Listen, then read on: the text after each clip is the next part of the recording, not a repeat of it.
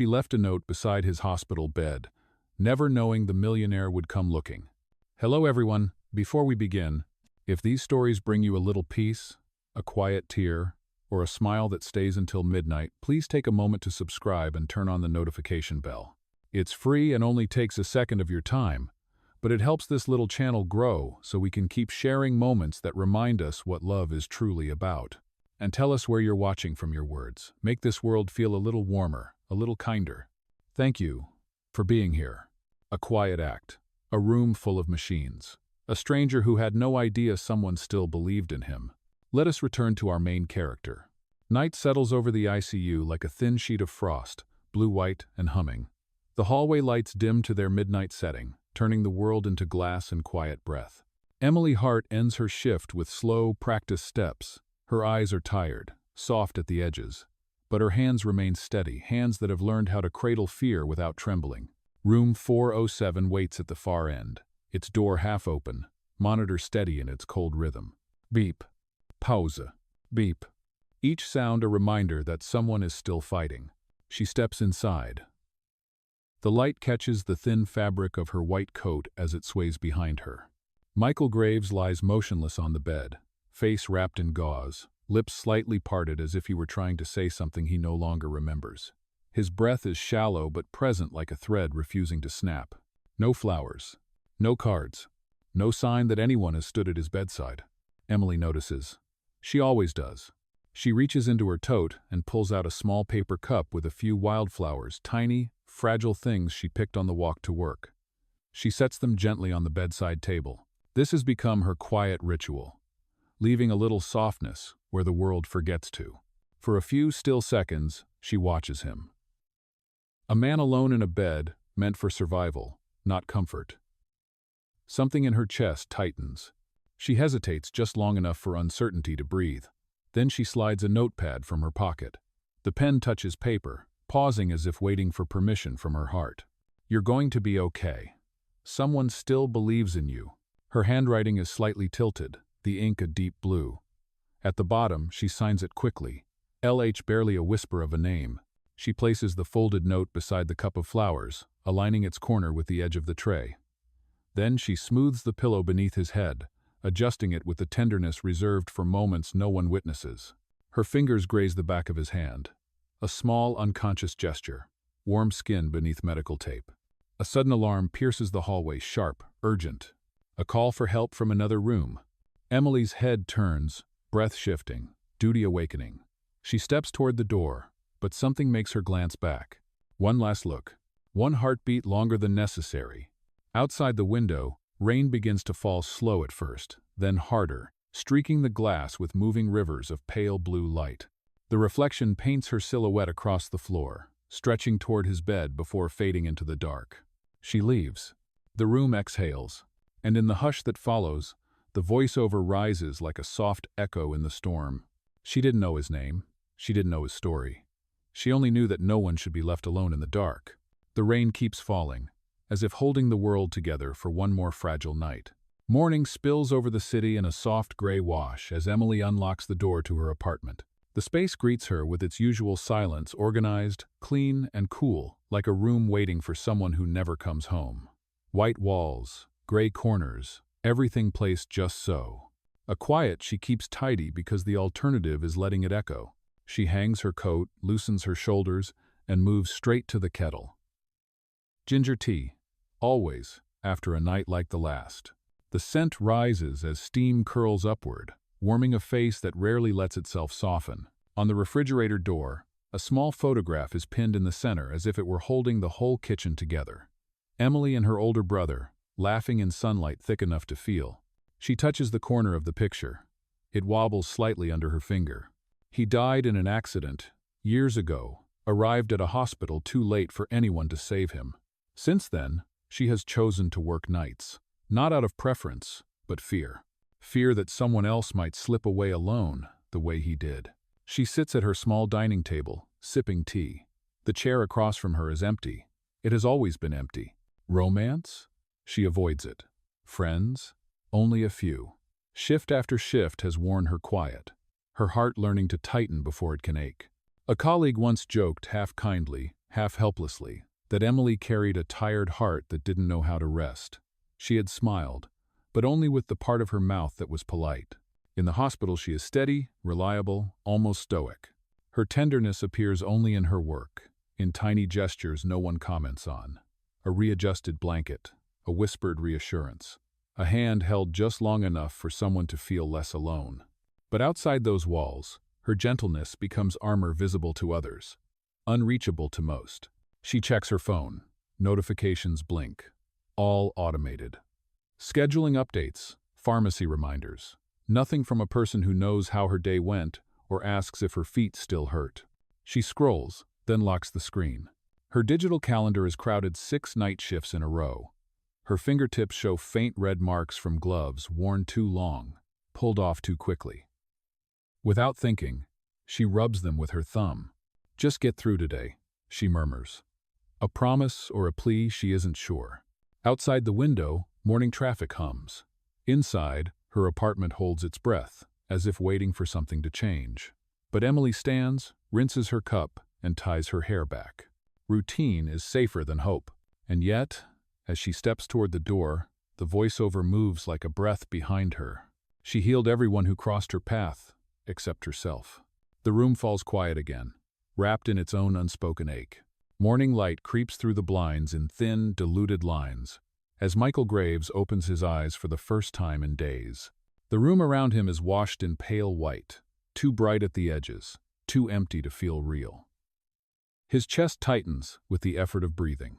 A soft cough breaks the silence, and he blinks, disoriented, searching for anything familiar. Nothing is. His gaze drifts to the bedside table. No bouquets wrapped in satin.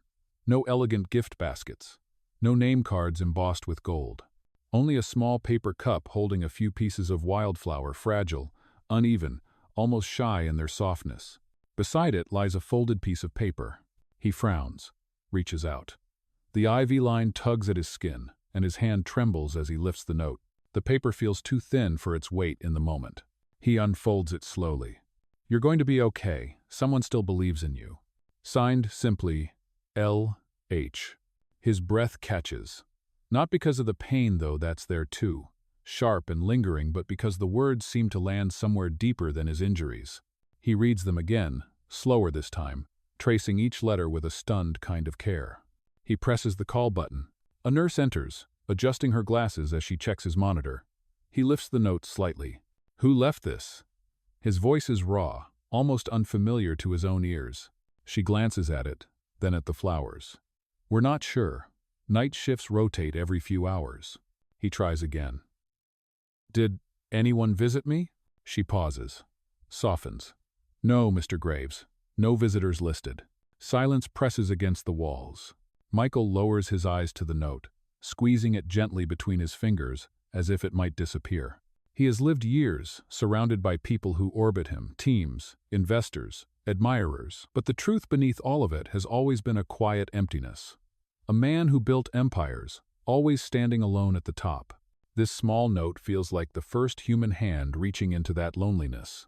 He glances at the handwriting. The letters tilt slightly right, smooth, unhurried, written by someone who didn't intend to impress someone who cared more about meaning than presentation. Someone who believed he might need this. A memory flickers. Boardrooms filled with cold air and colder intentions. Winds celebrated with noise but never warmth. Nights spent in penthouses high above the city, watching lights instead of people. Success that looked impressive on paper but felt hollow in his chest. He reads the note for a third time. The edges start to crease beneath his grip. He smooths them gently, protecting what little he's been given.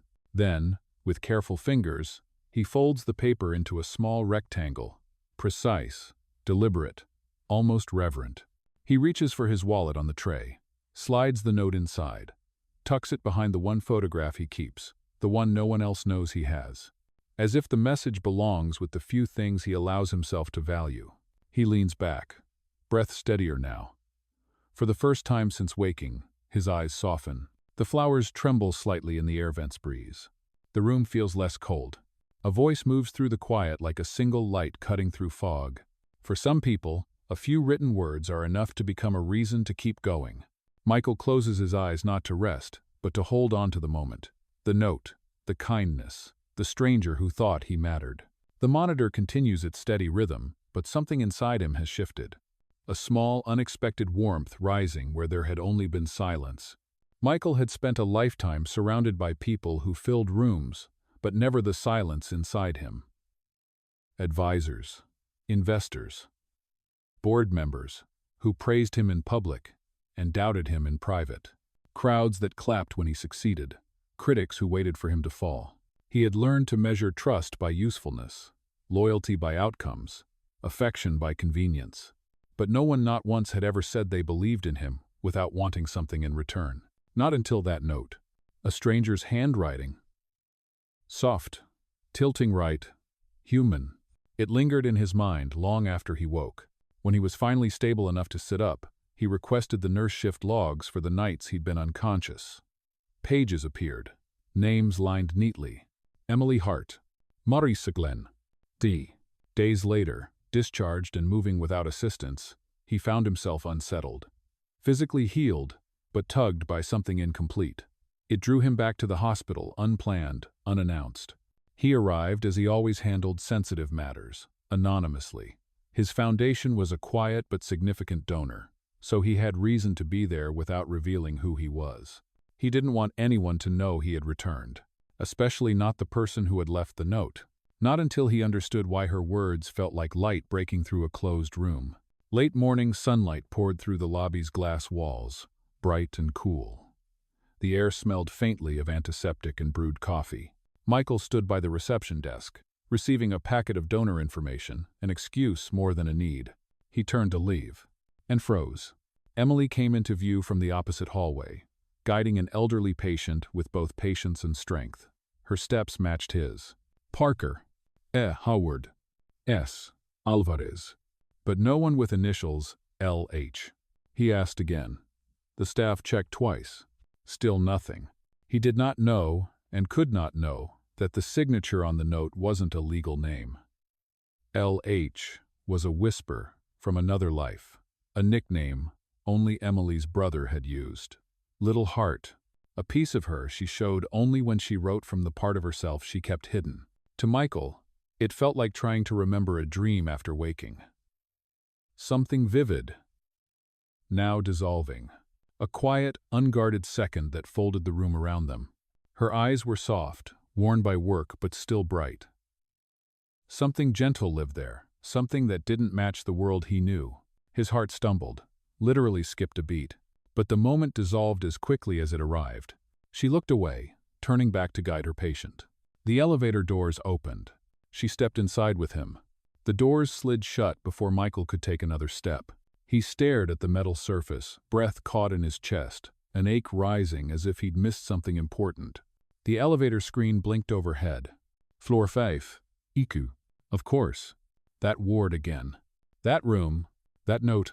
He took a slow breath, grounding himself. His fingers curled around the folder he was holding, but his other hand drifted instinctively toward his pocket, where the folded note rested like a heartbeat he carried. He whispered, barely audible, "Was it you?" The lobby buzzed back to life around him, phones ringing, shoes tapping, conversations echoing. But it all sounded distant, muffled beneath the weight of that single fleeting connection. Logic warned him he was imagining things, that he was projecting meaning onto coincidence. That one glance didn't justify hope, but hope had already taken root. As he stood there, caught between doubt and a pull he didn't understand, a quiet voice settled into the moment, almost like a memory forming in real time. Fate placed them in the same frame, then separated them before they could recognize each other. Michael looked back at the elevator numbers glowing softly. Something in him had shifted. He could feel it, and he knew, with sudden certainty, that he would follow that feeling. Not out of desperation, not out of fantasy, but because, for the first time in years, he was not thinking about survival. He was thinking about her. The hallway felt different each time he saw her, brighter, softer, as if the building itself shifted around her presence. Emily pushed the medication cart forward, moving with the efficient calm of someone who had mastered exhaustion.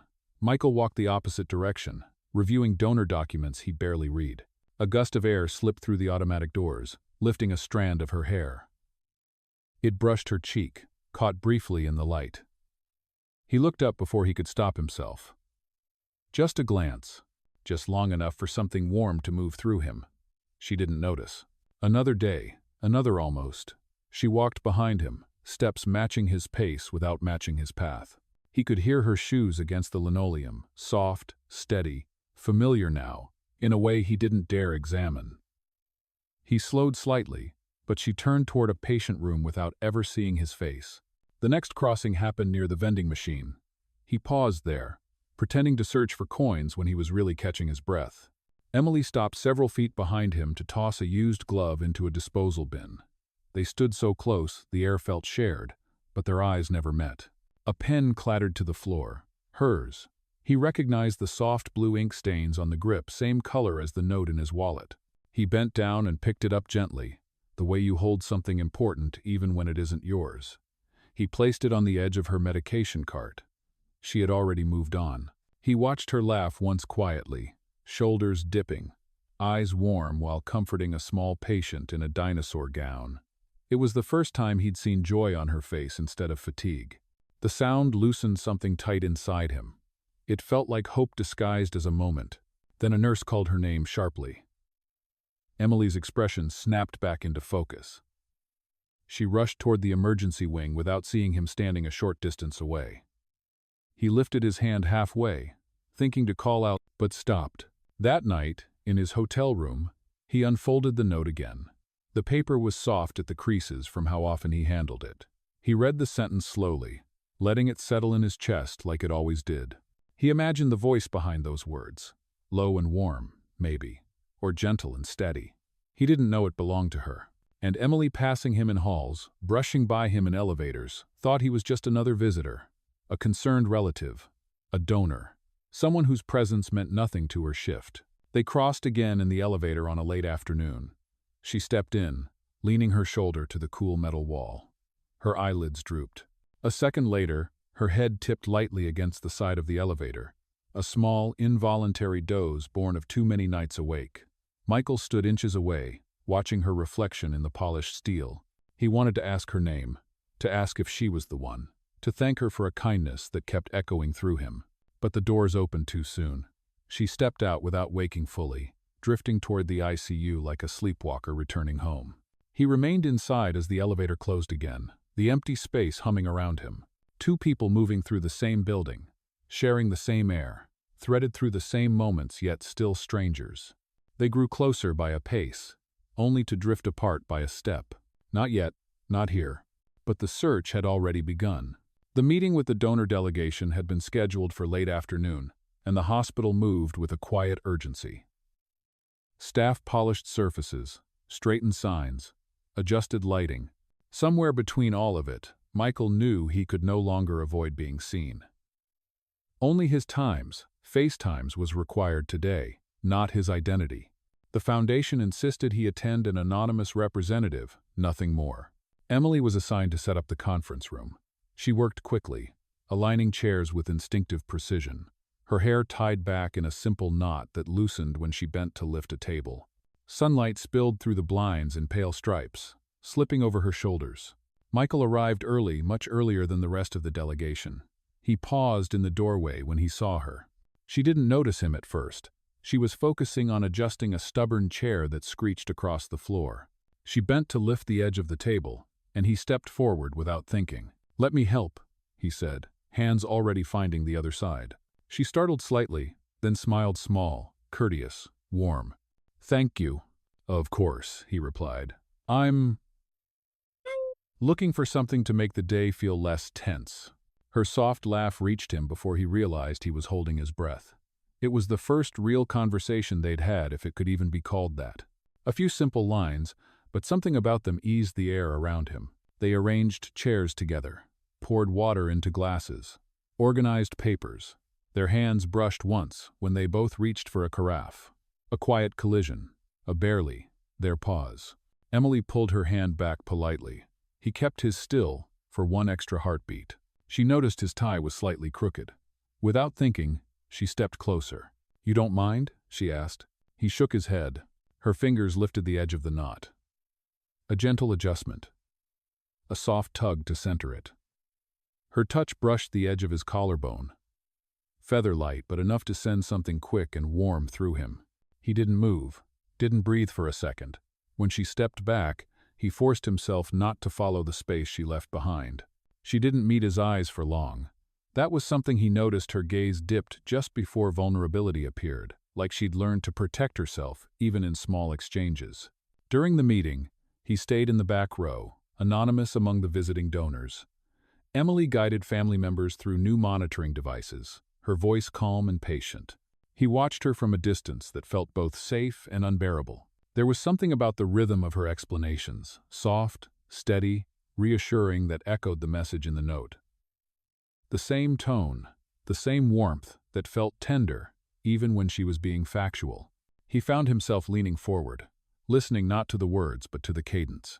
Asterisk. Could it really be her? Asterisk. His mind warned him against chasing coincidence. His heart whispered otherwise.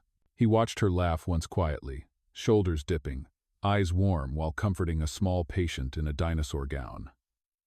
It was the first time he'd seen joy on her face instead of fatigue. The sound loosened something tight inside him. It felt like hope disguised as a moment. "Thank you for helping earlier," she said. He wanted to tell her everything. He wanted to ask about handwriting. He wanted to show her the note. Instead, he said, "Any time," letting the words land softer than he intended. She walked away, steps light but weary. And he stayed in the doorway, watching her blend into the hospital's steady rhythm, all calm edges and quiet purpose. A familiar ache rose in his chest. Two strangers on paper, two almosts in reality, two hearts that seemed to know something their minds couldn't explain yet. Asterisk. They talked like strangers, but their hearts recognized each other first. Asterisk. The ICU was dim under the backup lights. Rain pressed against the high windows, a low drum echoing through the corridor. Emily stepped in first, her shoes wet at the edges, hair slightly damp from running between rooms as the storm caused flickers across multiple floors. She held a small flashlight, its beam pale and steady. She checked the monitors, jotting urgent notes into her shift log. Her hands were cold from the sudden temperature drop. The generator hadn't warmed the wing yet. The chill made her fingers tremble. And when her nerves tightened, like they always did during technical malfunctions, an old instinct surfaced. She signed the corner of the page with asterisk, asterisk, LH asterisk, asterisk. A habit she almost never let slip. A ghost of her past. A remnant of the nickname her brother used to draw on her homework. Asterisk little heart. Asterisk. She did not even notice she'd written it. Behind her, footsteps grew louder, steady, familiar. Michael had been helping the technical team reset the ICU's auxiliary power. His sleeves were rolled, his breath still uneven from the rush. He stepped into the room at the very moment her flashlight shifted and illuminated the fresh ink on her page. A soft blue curve. A tilt. An unmistakable slant. His world stalled. He stared at the page, breath held. Then slowly, almost afraid to hope, he reached for his wallet. The leather was warm from his pocket. He opened it, hands trembling, and unfolded the small rectangular note he had carried like a lifeline. The handwriting, the angle, the initials. Asterisk asterisk L. H asterisk asterisk. His chest tightened. "Emily." His voice was barely more than a breath. "The note by my bed. It was from you. Wasn't it?" The flashlight trembled in her hand. She turned, startled, her eyes widening at the sight of the paper he held. Blue ink, soft slant. Her breath caught. "You're," she whispered, voice cracking. "The patient from room 407? He nodded once. Quiet, certain. For a moment, neither moved. Only the storm filled the silence. Emily pressed her hand to her mouth, shaken. I never thought you would know," she managed, her voice trembling like the lights overhead.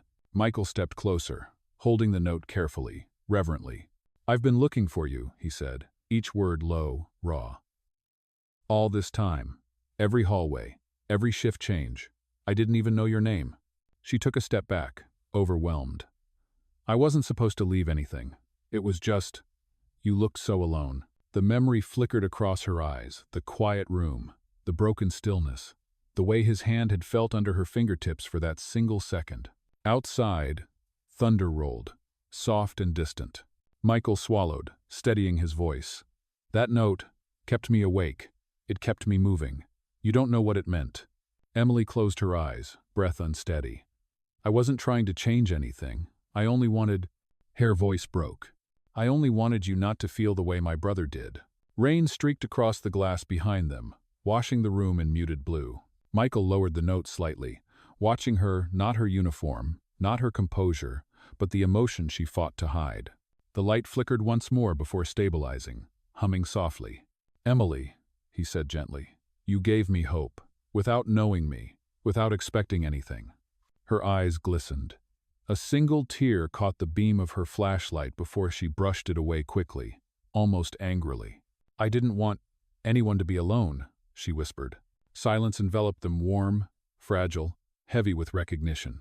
But the doors opened too soon.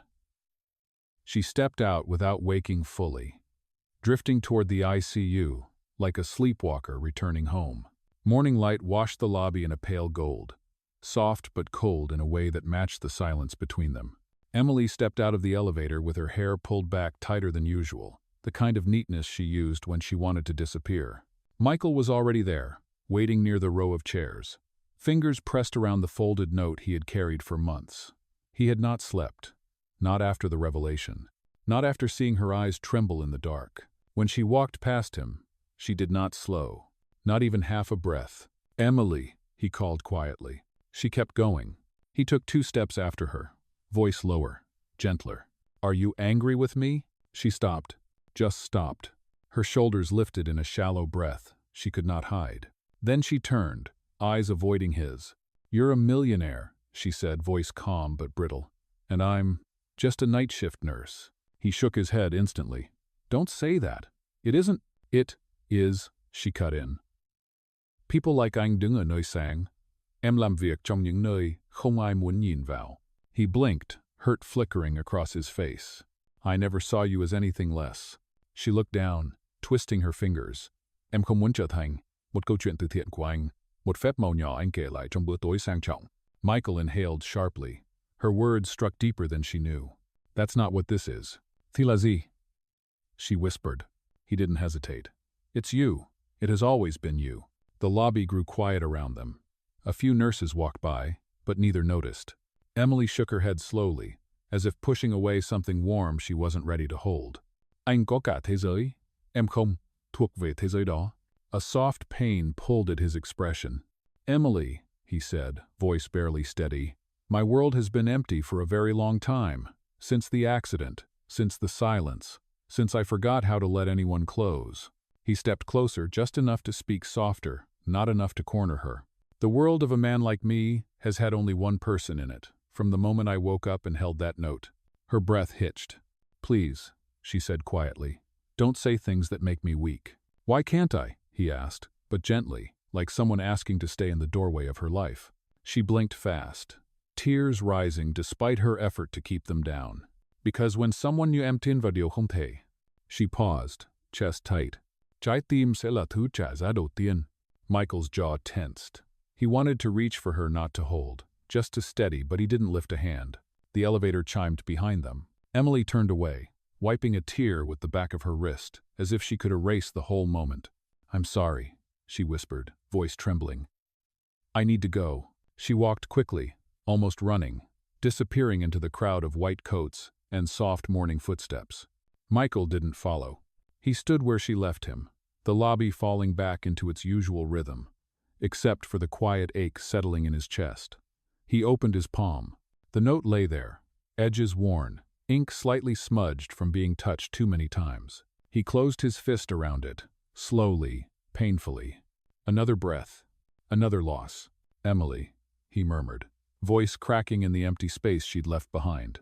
A nurse passed by and brushed his shoulder, breaking the moment. He straightened but did not move, staring at the doors where she had disappeared. Once again, they had missed each other.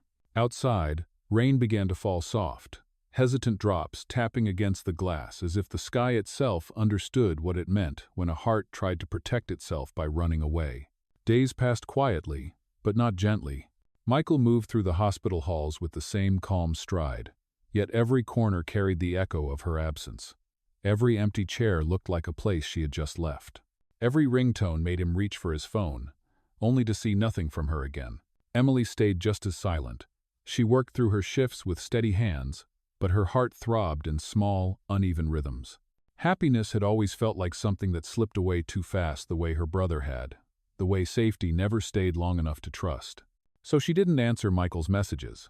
Not because she didn't feel, but because she felt too much. When the night of the Midnight Care Wing inauguration arrived, the hospital glowed with soft golden lights. The new wing, the one they had both fought for, was filled with quiet applause, warm speeches, and the grateful smiles of patients moving into brighter rooms. Emily stayed backstage, arranging supplies, adjusting curtains, making sure everything worked. She caught glimpses of the celebration between the gaps of the doorway. Every time she saw someone benefiting from the new space, she felt a small ache of pride, and an ache of something else she refused to name. On stage, Michael delivered the keynote speech. His voice was steady. His eyes were not. He scanned the crowd for her face. He never found it. After the applause faded, the wing emptied slowly, until only a soft, golden hush remained. The San Lun shimmered under warm lights. Volunteers left in pairs. Doctors said quick goodnights.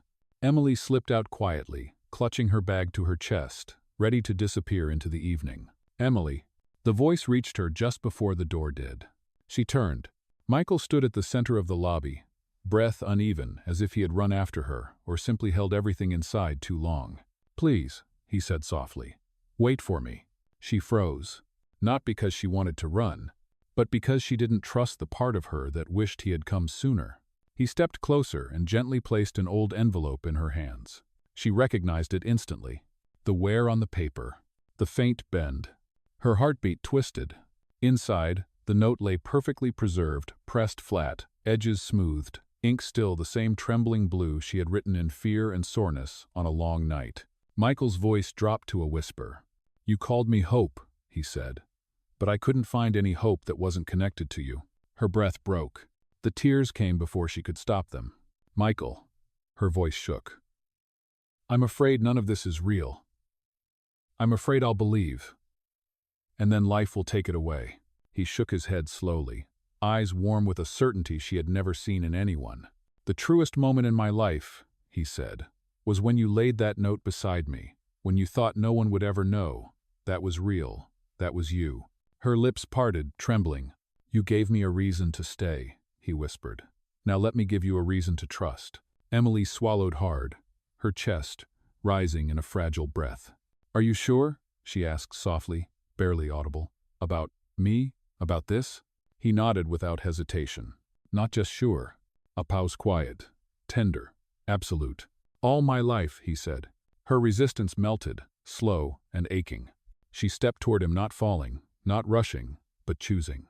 Michael leaned in first, but only when she lifted her face did he kiss her. A gentle kiss, warm, careful, like healing. Like the first breath after pain. Outside the glass doors, rain began to fall gold-tinted under the lights, soft as a blessing. They walked together toward the entrance, fingers brushing before finally interlacing. Their joined hands glowed under the warm reflections, two silhouettes merging under the wide curve of the glass canopy. Sometimes endings don't close. Sometimes they open. Asterisk. Sometimes the cure a heart needs is simply the one who stayed. Asterisk. If you want more cinematic millionaire stories filled with healing, tenderness, and slow-burn connection, stay with us. Thank you for watching.